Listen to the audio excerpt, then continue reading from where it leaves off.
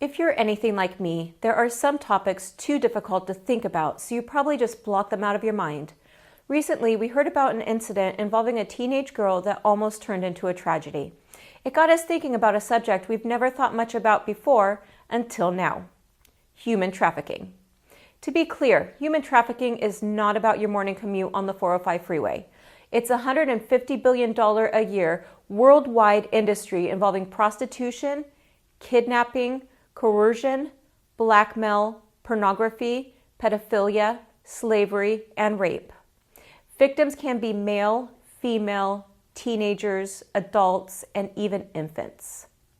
Even more concerning, we live in one of the most affluent parts of the country, making Orange County one of the biggest locations for this terrible crime.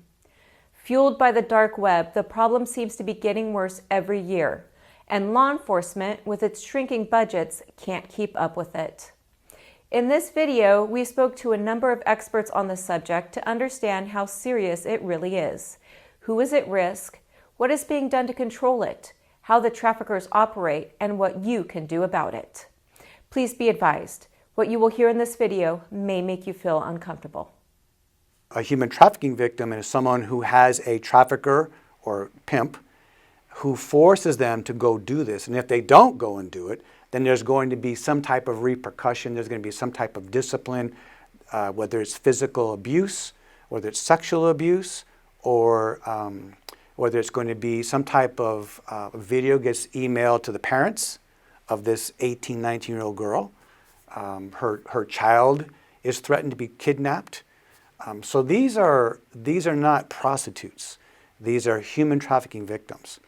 So when men come and pick them up and they pay money to that human trafficking victim's giving every penny of that money to her trafficker. Helping human trafficking victims is Kevin Brown's passion.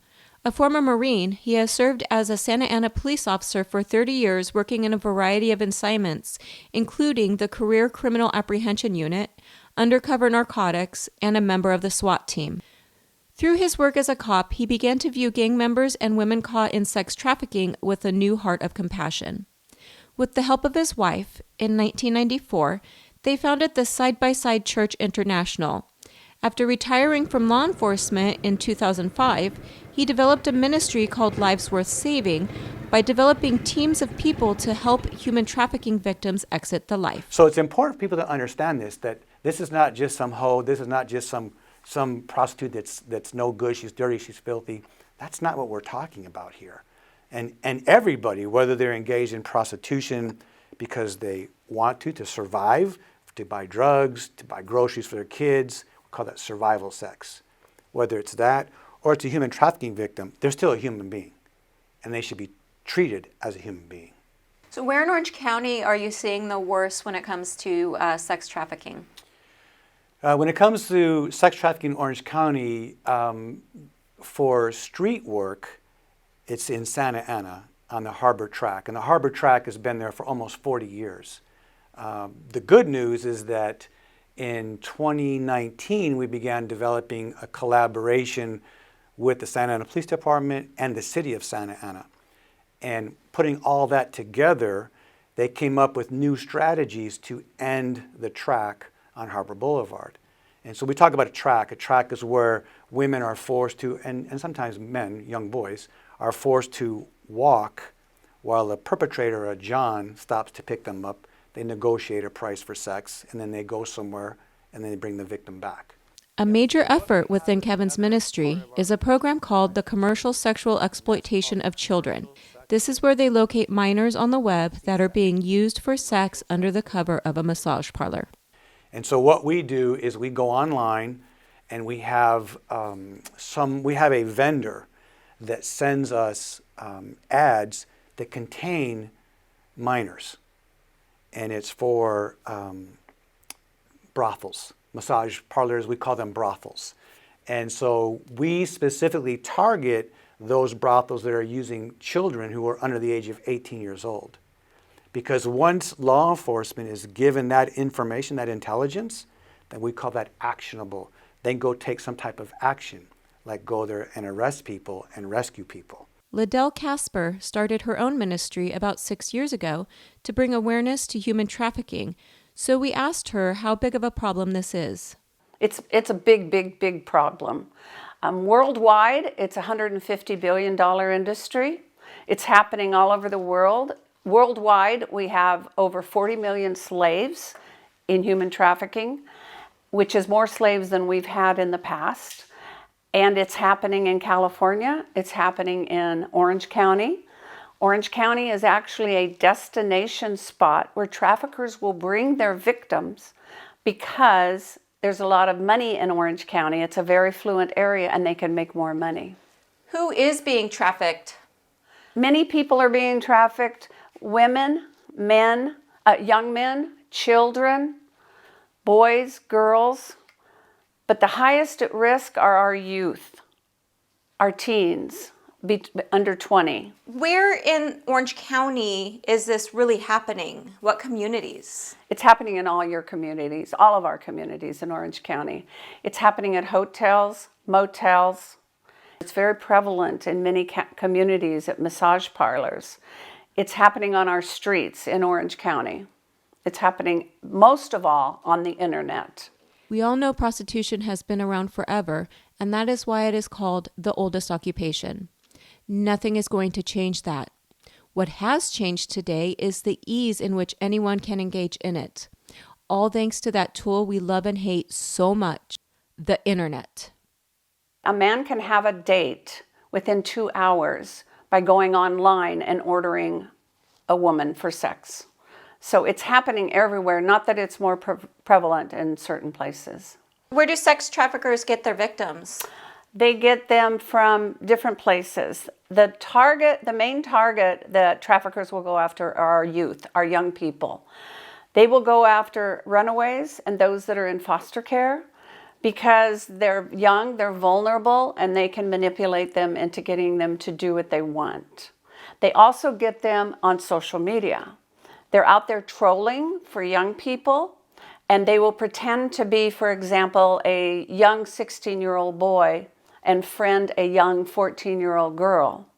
They will do things like get them to take a picture of them without their top on, for example. And once they do that, they will threaten them that if you don't do what I want you to do, I will show these pictures to all your friends on social media. I will show them to your parents. And they attempt to get them to do what they want to do by manipulating them that way. There's so many brothels. There are so many hotels. There are so many businesses that are running victims of human trafficking. So law enforcement has to make a decision. We don't have enough manpower to do all of these different brothels. So what we have to do is we're going to focus on, number one, minors, which is great. And then number two, residential brothels, meaning out of condos, apartments, houses. Because the commercial massage parlors that you see, some of those are legit, but majority are not. But law enforcement has to make the determination, what are we going to go after? Because we don't have the personnel to attack everything. So what they've done is they're focusing on minors. For example, if you look at Asian massage parlor ads online, particularly on the dark web, you'll see different symbols that would be used. Fresh girls. Well, what does that mean? That means minors. That means that someone's going to be like 15, 16 years old, maybe even younger. So we're looking for those type of wordings to help us to know that's an indicator that this is involving minors in this trafficking ad that's posted on the internet. So recently in our community, there was a post on social media. This young girl was home alone when there was a knock at the door, and it was a woman, and she said, "Your dogs got out, come with me and I'll help you retrieve them." But the dogs were in the house still with the girl. A lot of people feel that this was a trafficking attempt. Does that happen often? We do tell our kids to look out for stranger danger. Yes, they are known to go up and abduct children in a van, for example. They will buy children too.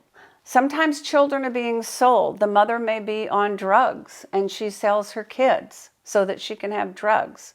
Or she is selling herself to buy drugs.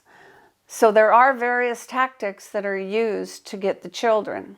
Let me give you another example of labor trafficking. You can keep an eye out if you see something that doesn't seem right.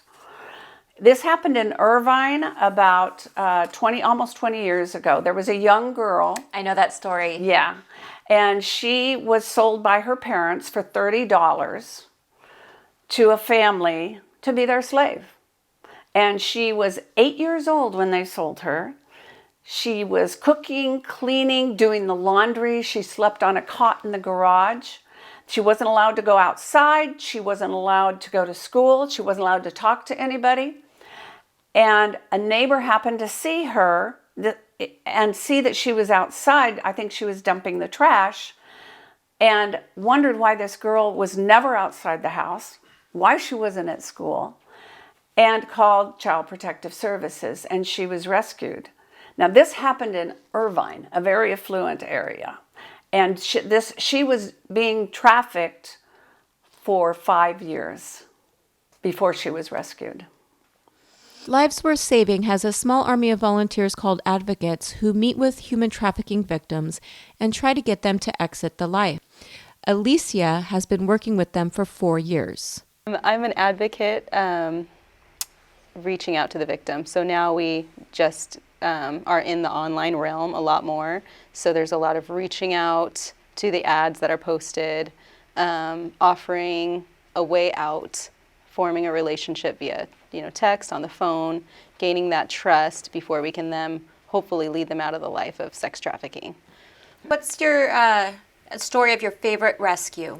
My favorite rescue story that I'll never forget is we were out on the track and there was a victim that I saw sitting at the bus stop across the street both ways, 2 crosswalks away.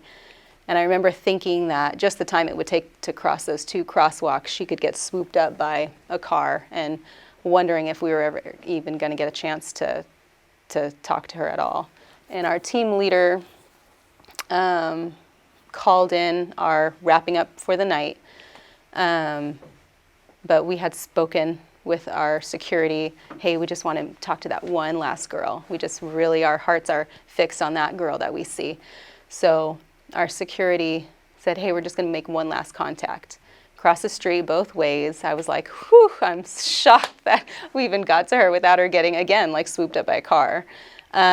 She had just turned 18, talked to her, gave her our phone number, prayed over her, and then we walked away.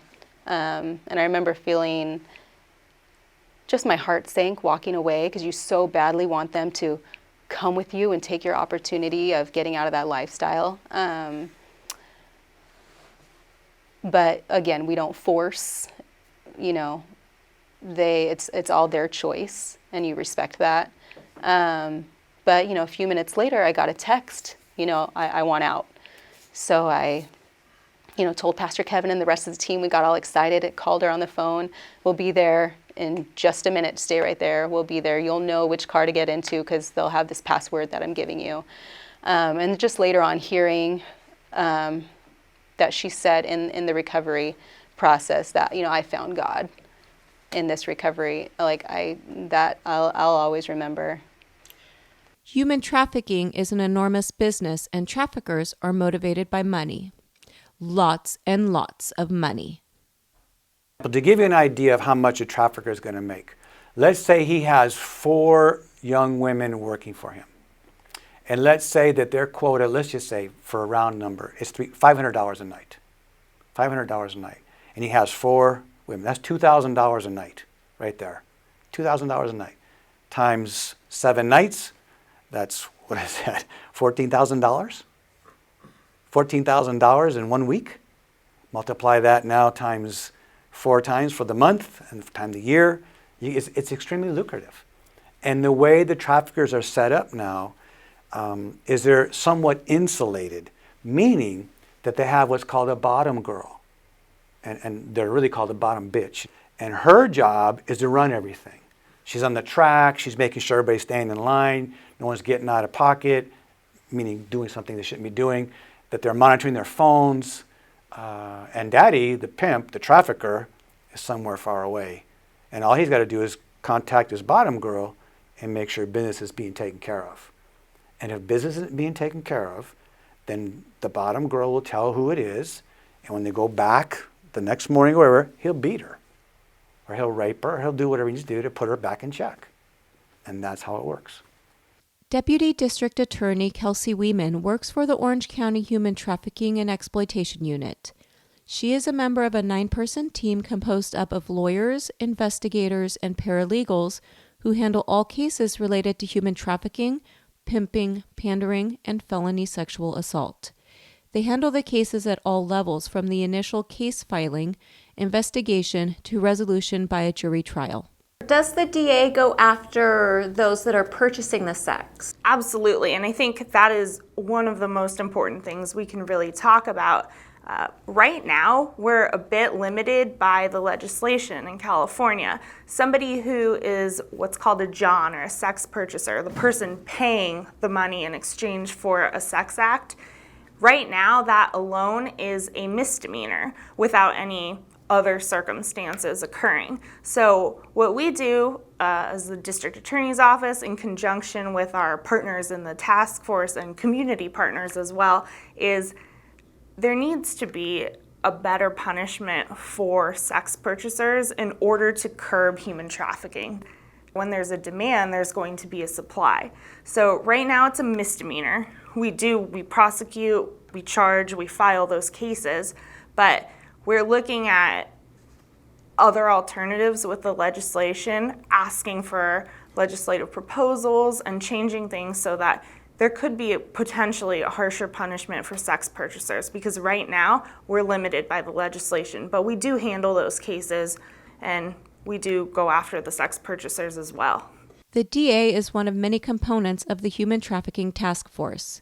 It is made up of victim advocates, social services, and nonprofits working together to get victims out of the life of trafficking and helping to give them a future. We asked what she thought about the effectiveness of these other groups. They're invaluable, and it's a little bit separated from the work we actually can do in our case. We are very much the end of the process, if that makes sense. By the time we get a case, there has already been so much work done by law enforcement, victim advocates, social services, and these nonprofit groups who are able to ultimately help get the victim out of the life of trafficking or pimping, and hopefully help that individual be put on a better track, getting that person resources, and ultimately having them have a better life after being contacted. So we, as a district attorney's office, we handle the case, but what is amazing about the task force setup is how collaborative we are. Typically, other types of units or different assignments might not even necessarily have contact with the person who is doing so much for their victims, but because we collaborate with all kinds of different nonprofits and law enforcement and victim advocates through the task force, I'm able to kind of hear stories about success stories and hear survivors of human trafficking talk, and it's amazing to see the real good work being done. We handle accountability with charges, convictions, holding the perpetrator accountable, but hearing about how helpful these nonprofits can be and other agencies can be for the victim's life just as a whole, it's amazing, and they do an excellent job. Sandy is another advocate working with Lives Worth Saving and shared with us several of her experiences. For me, getting involved with Lives Worth Saving kind of started a few years back. My background is with kids, working with kids, and one of the ministries I was working with is outreach and support and counseling. And a young girl crossed my path. And she and I exchanged emails for probably several months. And during that exchange, she told her story, and her story was kind of heartbreaking. Her mom had died as a baby, and she was being sexually abused by her father, who actually was a police officer as well. He got her pregnant, and she ran away from home. And she had a baby girl in the streets, and she was just a baby herself. And she had told me at the time she was only 13. I come to find out later she was only 11. So that's when I was still in my middle school counselor position as well on a school campus. And although she had contacted me online with another group I was working with, counseling group. And so it just broke my heart. And I thought, gosh, how can this happen? And at the time I was starting to close out my chapter of being a school counselor. I had an invite to go to a meeting with a team that was trying to expand their outreach, which was the Friday night Lives We're Saving team, and going out on the streets physically on Friday nights. And I thought, that's exactly where I need to be. Is there any tragic stories that haunt you? You know, hearing of recovering survivors, hearing how much abuse and how much pain they went through and how much brokenness and how much they, as young children, have put their trust in someone, how over and over and over, it's hearing their stories. But thankfully, when they're on the other side and they're survivors now, and what touches my heart is then they want to give back to others. And so I've gotten to know them because of their story, and I'm amazed they survived some of the things they have survived through. Sadly, not all of them survive. So I think that is hearing how tough they've been and how resilient they've been. And not only that, they want to take their life and give it back and help others. So that's kind of the meaning when you go really at the guttural levels of hearing how horrible their abuse has been and what they've been through. And knowing they're here for a purpose, and it just validates, again, their life has purpose. And they're using that pain and suffering to give back to others. So that just touches my heart a lot. One of the most important things as a whole task force, is having the public be educated about what human trafficking really is. It isn't as sensationalized as a lot of kind of the media has made it, or people talking online have necessarily made it. It's terrible, but it's more specific than kind of the conspiracies really are. What we see day to day has been occurring. It's not anything new. It's been occurring for a long time, and a lot of the investigative resources are just getting better at detecting it. You know, people think of movies, right? Like Taken, Liam Neeson. That's not necessarily what has to happen. There doesn't have to be cages or binding. This simple, I shouldn't say simple, but the deprivation of somebody's liberty can be done without any of that, just by manipulation and control tactics. And that's mostly what we see in our prosecutions. Once you rescue these victims, are you guys housing them, feeding them, job placement? What are you doing to help keep them out of the life? Yes, all of the above. They're assisted with housing, they're assisted with clothing, food, they're assisted with job training, even completing school. They're helped with, their children, if their children obviously are in school or they have childcare needs, all of the above. Yeah. Understanding the root of the problem is the first step in combating it. One of the things I want to make sure that we have a really clear understanding of is the contribution of pornography that's inundated our culture here in America. It's everyone. It's everyone. I'm a pastor, okay? And I know pastors who need help because they're addicted to pornography.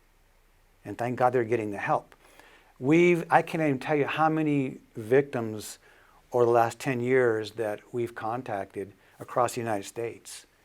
And their regular customer is a pastor or a bishop or an elder. And at some point, that elder, that bishop, that leader in the church wants them to come to church. And it's like, but it all started with pornography. It all started with this pastor or this leader, this police officer, this fireman, whoever it is, using pornography, this teacher. And so that's the contributing factor of driving the demand of these men out onto the boulevard, out onto the track, or onto the internet. Or something that we work right now is called commercial sexual exploitation of children. Sandy is one of our advocates that works that as well. And what we do is we go online on the dark web and we find children who have been videotaped being raped, not just molested, raped. You can't molest an infant, you rape an infant. And then that film, that video, is then sold online. And the demand for that is off the hook. And so think about that. If you have someone, a man who's watching that 5 hours a day, 4 hours a day, and watching it's no longer going to do it anymore, you've got to go to the next level. And what's the next level? The next level is you have to rape an infant. You have to go and do that. And there are places in our society today in America that have children, infants, come on, I'm talking about infants, that you can go and rape them for $1,000. That price seems ridiculous. Low or high? Too low. Oh, exactly. So, but you can see, the point is that it's there, it's available. And the demand, we talk about the demand, and we need to talk about the demand. But at what point? How about we start way back here at pornography? How about it's not okay when you turn 21 to go to the strip club, or 18, because a lot of strip clubs you have to be 18 because they don't sell alcohol. That's not okay. That's not the norm. That's not the maturing, growing up, becoming a man process, that you go to a strip club now because you're 18. Because what that's going to lead to as a minor or a child or an infant getting raped.